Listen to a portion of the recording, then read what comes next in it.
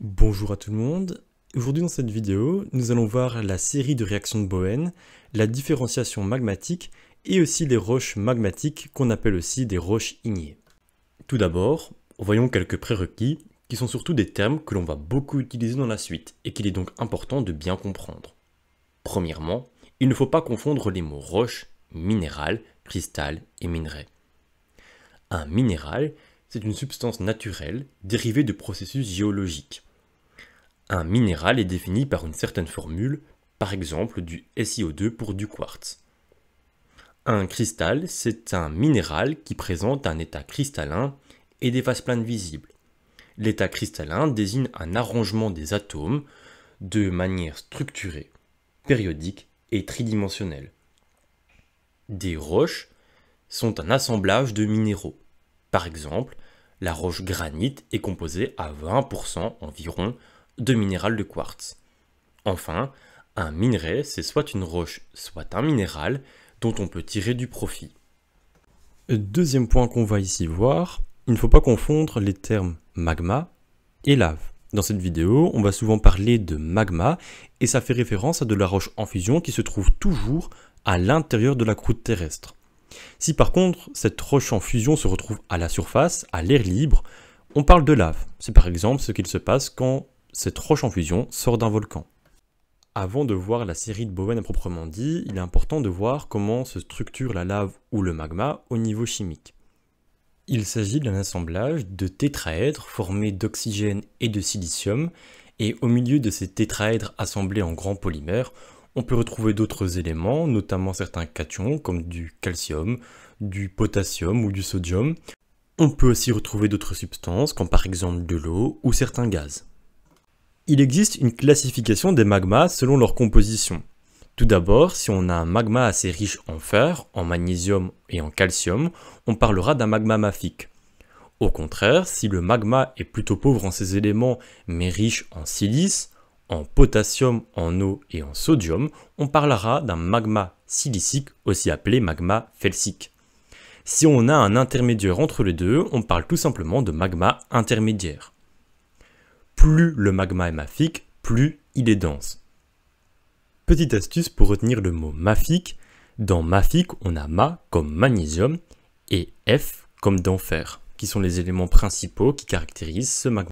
On va s'attaquer maintenant au cœur du sujet de la vidéo, c'est-à-dire la série de réactions de Bowen. On va voir ce qu'il se passe progressivement lorsqu'on diminue la température d'un magma et qu'il se refroidit pour devenir une roche. On va prendre un magma mafique pour la température la plus élevée et on verra pourquoi j'ai classé les magmas dans cet ordre par rapport à la température dans la suite de la vidéo. Donc au tout début, on a un magma, une roche en fusion. Quand la température décroît progressivement, on va finir par passer sous un certain seuil à partir duquel cette température va permettre des réactions physico-chimiques qui vont amener à la formation de certains minéraux solides à partir du magma. Suite à une diminution de température, le premier minéral à se former à partir d'un magma complètement en fusion, complètement liquide, est le minéral d'olivine. Ainsi, l'olivine est composée fortement en fer et en magnésium et est donc ainsi très dense. De ce fait, l'olivine qui s'est formée parmi le magma va décanter. Par certaines propriétés, les premiers minéraux qui vont venir cristalliser, se former à partir du magma, sont plutôt riches en fer, magnésium et calcium. Au contraire, ceux qui vont avoir tendance à cristalliser en dernier sont plutôt riches en silice, potassium, eau et sodium. Ainsi, juste après la formation de l'olivine, on va avoir du pyroxène qui va être un petit peu moins dense car moins riche en fer, magnésium et calcium, mais qui lui aussi est suffisamment dense pour décanter parmi le magma. À un moment donné, la température a tellement diminué que les conditions pour les réactions physico-chimiques qui produisent l'olivine ne sont plus remplies.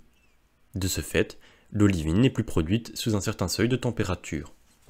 Et dans la suite, et toujours par le même principe, vont se former de cette manière de l'amphibole, de la biotite, et pour finir du quartz, de muscovite, des feldspaths de type orthose, qui seront donc les derniers minéraux à cristalliser.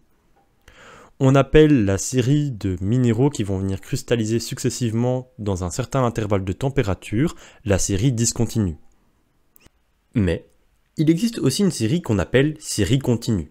Celle-ci se produit en parallèle de la série discontinue au fur et à mesure de la diminution de température.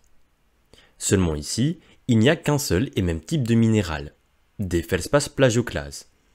Au début, ces minéraux sont riches en calcium, mais progressivement, avec la diminution de température, ce calcium va être substitué par du sodium. La série de réactions de Bowen va facilement expliquer comment évolue la composition du magma au fur et à mesure de la diminution de la température. Prenons comme exemple le magma représenté à droite, le troisième cercle en partant du haut, celui le plus jaune. Dans ce magma, ont déjà décanté les minéraux d'olivine, de pyroxène et certains minéraux de feldspath plagioclase. Si on prend la partie supérieure du magma, on sait dire qu'il s'agit d'un magma felsique. En effet, il est assez pauvre en fer et en magnésium, car ces éléments sont entrés dans la composition des minéraux qui ont décanté vers le fond.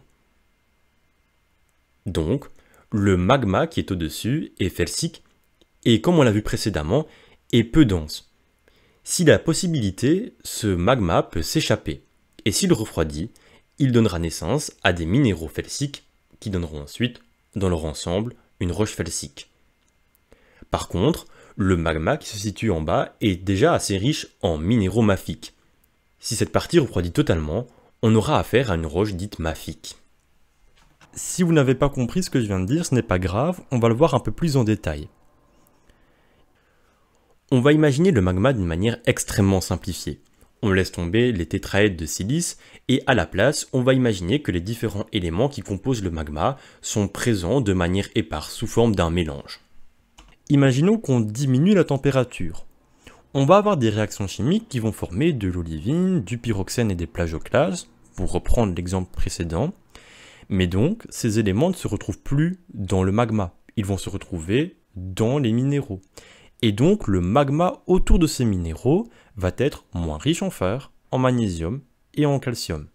Donc, proportionnellement plus riche en silice, le magma est devenu plus silicique et n'est plus aussi mafique qu'avant.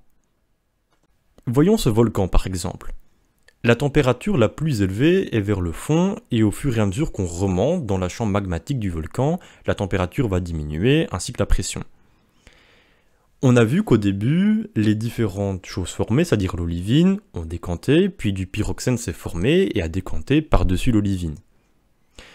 Seulement, le magma qui se situait au-dessus avait perdu cette proportion en fer, en magnésium et en calcium, était devenu plus silicique. Ici, ce magma a pu s'échapper. Souvenez-vous, un magma silicique est moins dense. Il est donc remonté, et imaginons qu'il soit allé se loger là dans la fissure sur le côté. S'il refroidit complètement, des minéraux siliciques vont finir par apparaître, comme par exemple du quartz.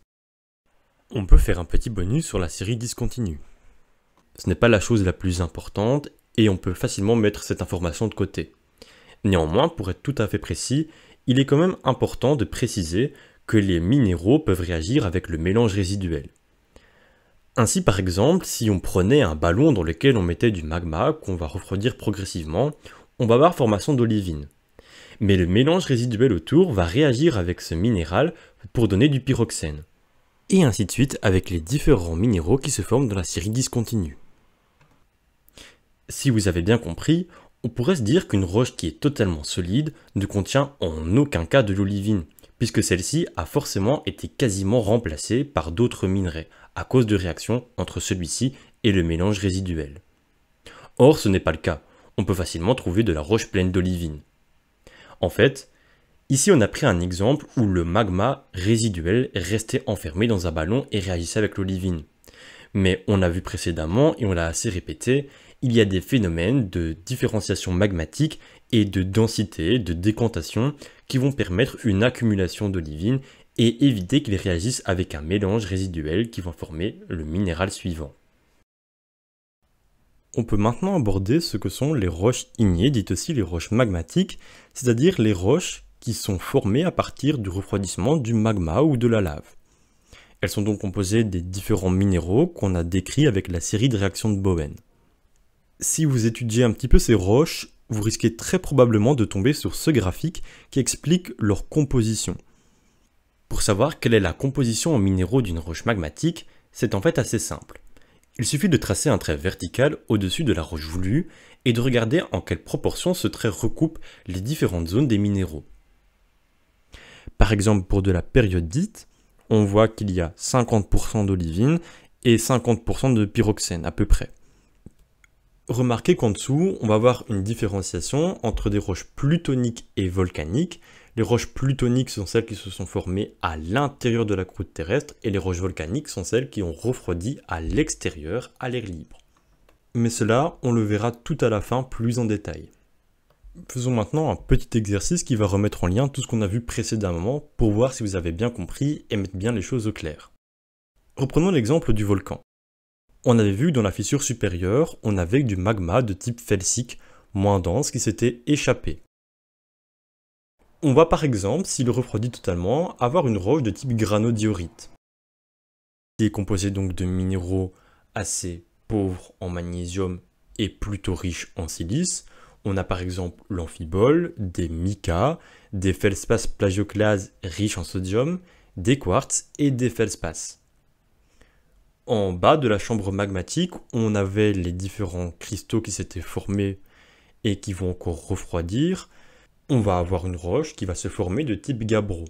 Celle-ci va être constituée de minéraux plutôt mafiques, c'est-à-dire riches en magnésium et pauvres en silice, proportionnellement, comme le pyroxène, l'olivine, ou des feldspaths plagioclases riches en calcium.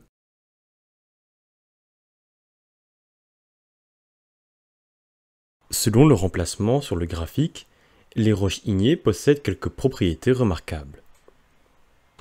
Premièrement, plus une roche vient d'un magma mafique, plus elle est foncée, contrairement à une roche silicique qui est plutôt claire.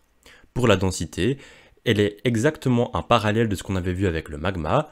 Plus elle est dense, plus elle est mafique, moins elle est dense, plus elle est silicique. Pour terminer, on va revenir sur le concept de roches volcaniques et plutoniques qu'on avait mis entre parenthèses tout à l'heure. Les roches extrusives ou volcaniques proviennent d'un refroidissement au niveau de la surface, par exemple au niveau de volcans. Le temps de refroidissement est relativement rapide car la différence de température est très forte. Donc les cristaux n'ont pas le temps de se former et sont relativement petits. Cela amène à des textures de type aphanitique où les minéraux sont invisibles à l'œil nu. On peut aussi avoir une texture porphyrique où on a des gros cristaux dans une matrice aphanitique. On peut aussi avoir un cas où on n'a même pas de cristaux et là on a une texture vitreuse qui a un aspect lisse, comme par exemple de l'obsidienne. Enfin, des roches intrusives, aussi appelées roches plutoniques, refroidissent dans la croûte terrestre. Ce refroidissement est donc relativement lent et les cristaux ont le temps de grandir.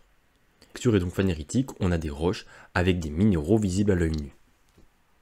Un grand merci d'avoir regardé la vidéo jusqu'ici. J'espère sincèrement qu'elle vous aura plu et qu'elle vous aura appris des choses ou permis à éclaircir certains points. N'hésitez pas à mettre en commentaire sur les points qui selon vous peuvent être améliorés et surtout signaler les erreurs. Si jamais vous voulez avoir un service d'entraide par rapport à de la matière scolaire ou si jamais vous voulez me contacter personnellement, vous pouvez aller dans le Discord qui est affiché en description. Si jamais vous voulez imprimer les différentes images qui ont été employées dans cette vidéo, n'hésitez pas à aller sur le site internet qui est aussi en description. Sur ce, je vous souhaite un bon travail, un bon apprentissage et à bientôt.